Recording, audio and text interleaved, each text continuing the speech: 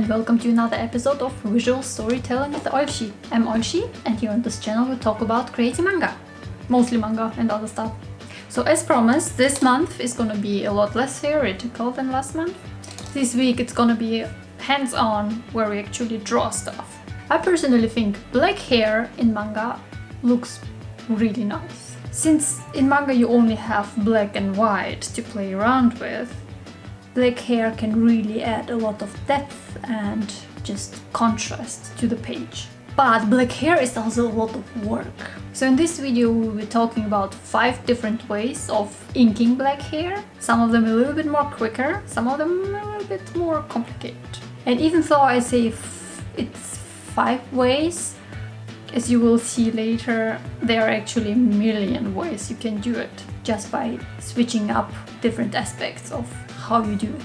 So this video is basically just for exploration of different ways you can ink black hair. It's here to give you some ideas and then you can just try and implement them. And it's also just for me, so I can try out different ways to ink black hair.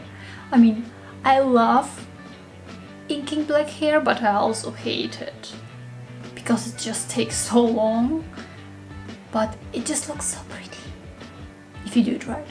So without further ado, let's get into it.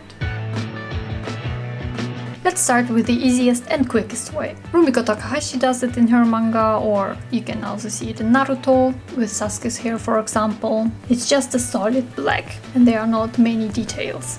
So I have the basic hair shape here, and then what you just do is to fill in the blacks. And then you can either already leave it at that, or you can also just add certain hair strands, giving it a little bit more texture and volume. And of course, if it's too simple for you, you can add some highlights, either by erasing the blacks, or you can also just add another layer and then draw something in white. Yeah, this is basically the easiest way. Of course, if you do it traditionally, it will take longer because you actually have to paint it in. You can just use the bucket tool for it. But yeah, digitally this is definitely the easiest way of doing it. The second way is the way I usually do it in my manga. There is more black, but there are also some highlights. So to demonstrate this, I drew my protagonist Elso. So since most of the area will be drawn in black and there will be some highlights in some areas, I like to mark where I want my highlights to be on a different layer that you will just erase later. If you do traditional, just do it with a pencil or a blue lead pencil, so that it kind of gives you a guide where to stop. And then I pick a pen that I want to draw the black areas, and then I just draw in whatever direction is most comfortable for me, just like one line after another.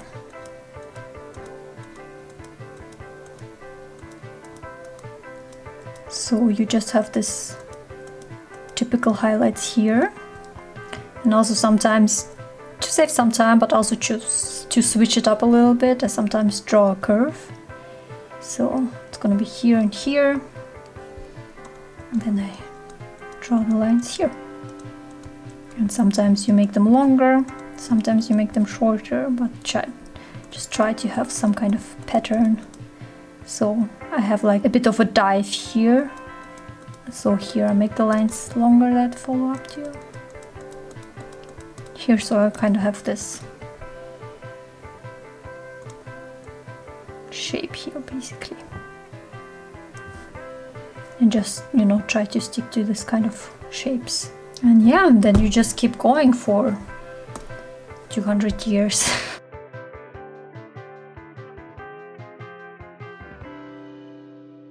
I also like to add some highlights around the parting area, basically where you part your hair. Then I, bit by bit, fill in the back just to save some time, so that I don't have to paint it all in by myself. Which, again, you have to do traditionally, unfortunately. There are no cuts around that. And of course you have to think about the lighting conditions whenever you do the highlights. If the light is coming from this side, then there will be more highlights on this side and less on this. If it's coming from the front, then there will be highlights all over, basically. You know, the usual stuff. So after all the highlights are finished, you can still add some strands of hair, just to give it a little bit more of volume and detail. There are also plenty of hair brushes in Clip Studio Assets, some of them for free and some you have to pay for.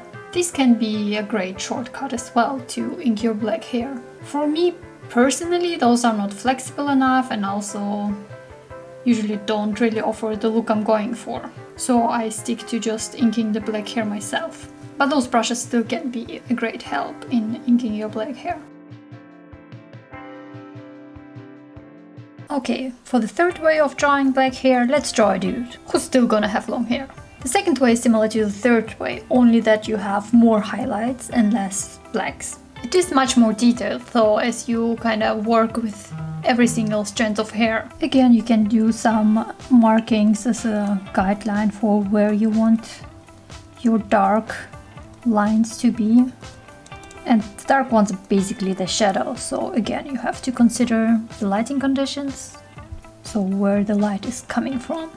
Let's say it comes from this side, just because, so the shadows would be all around here. So here will be the most black, because there is the least light. And then you just do it strand by strand. Let's go. By adding the lines you also add some structure.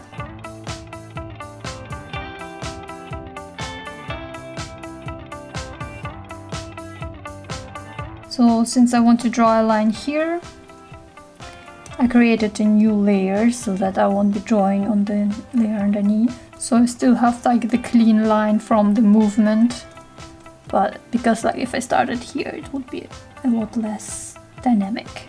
So I just draw without a care, and then I can just erase whatever is here. Or you can create a mask, that would work too.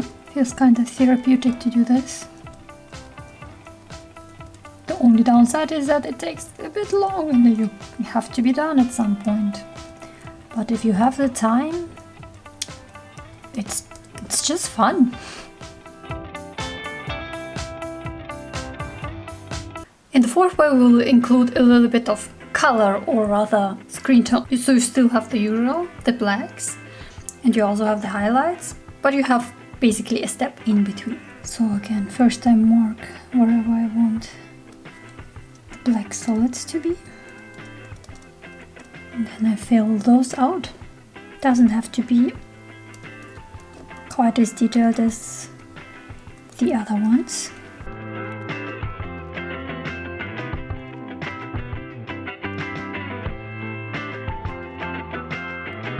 And once we have the solid blacks, now we fill in the rest of the area with a screen tone. First we create a mask.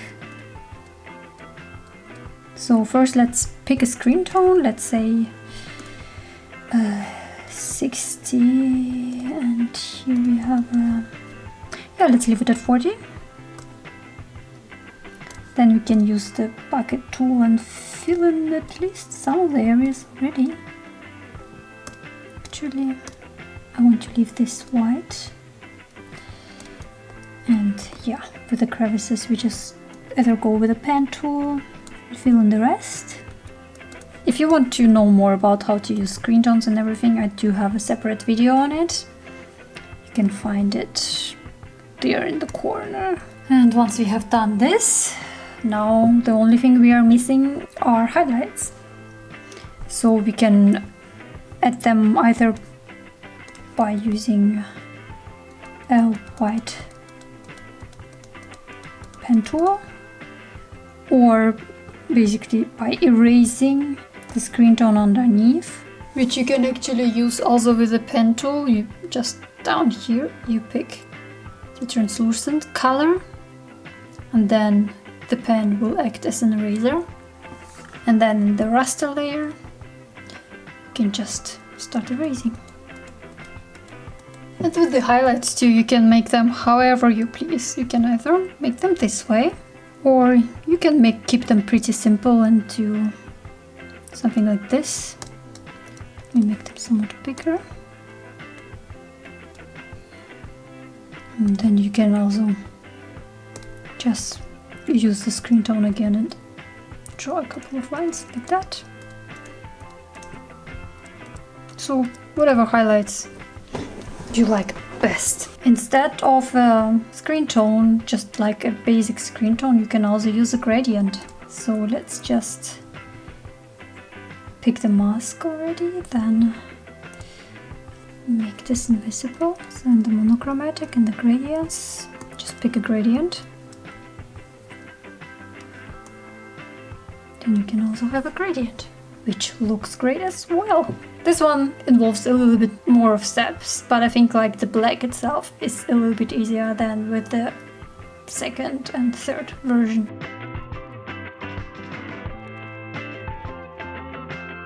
And the last way is probably the most artistic one. For this one we will just use some cross hatching. So this one is also definitely much more easier digitally than traditionally, because hatching probably won't take less time than just the normal inking of black hair, but digitally you once again have some tools which help you to do it a lot quicker. First, let's draw the hair.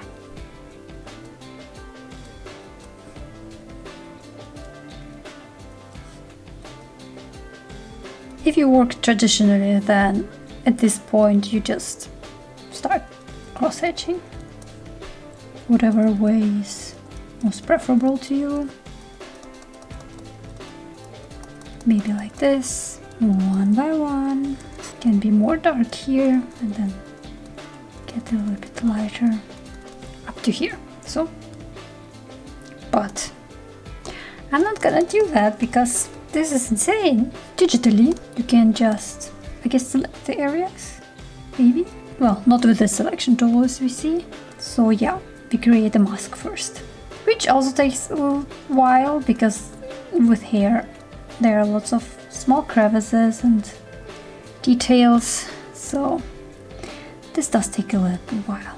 Just don't give your characters black hair if black hair is too much work for you. Actually, an easier way to create a mask is probably just like, first I fill in this area with the bucket tool. Yeah, that doesn't work. For that I need to close all the gaps first. So the quicker way to create this mask would be by filling this area. Let's make it red so that I can actually see. And once we have it all filled in, just select the whole area. Now we can make it invisible. And in a new layer, you can start cross-hatching. So here's a ghost cloud. So you can do this. You can also already leave some highlights here. Or of course, it can be a different kind of cross-hatching.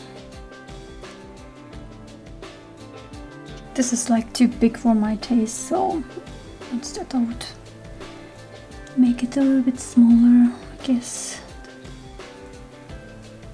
Do it like this. Do the final, this actual solid blacks at the bottom. And here we go. Just like with the previous one, you can fill in this area with a screen tone if you like. Just whatever swings your boat, really. That's why I said, actually there are a million ways of inking black hair. So this is it. Those are the 5 ways I could think of inking black hair. Which one is your favorite? And are there some other ways of inking black hair that you know about? Feel free to share your ideas in the comment section. Thank you for watching this video, and you can also follow me on other social media like Instagram, Facebook or Twitter. And you can also read my own manga Another Me online for free, or you can purchase a printed copy if you like. All the links will be in the description box. Again, thank you so much for watching, and I'll see you in the next video. Bye!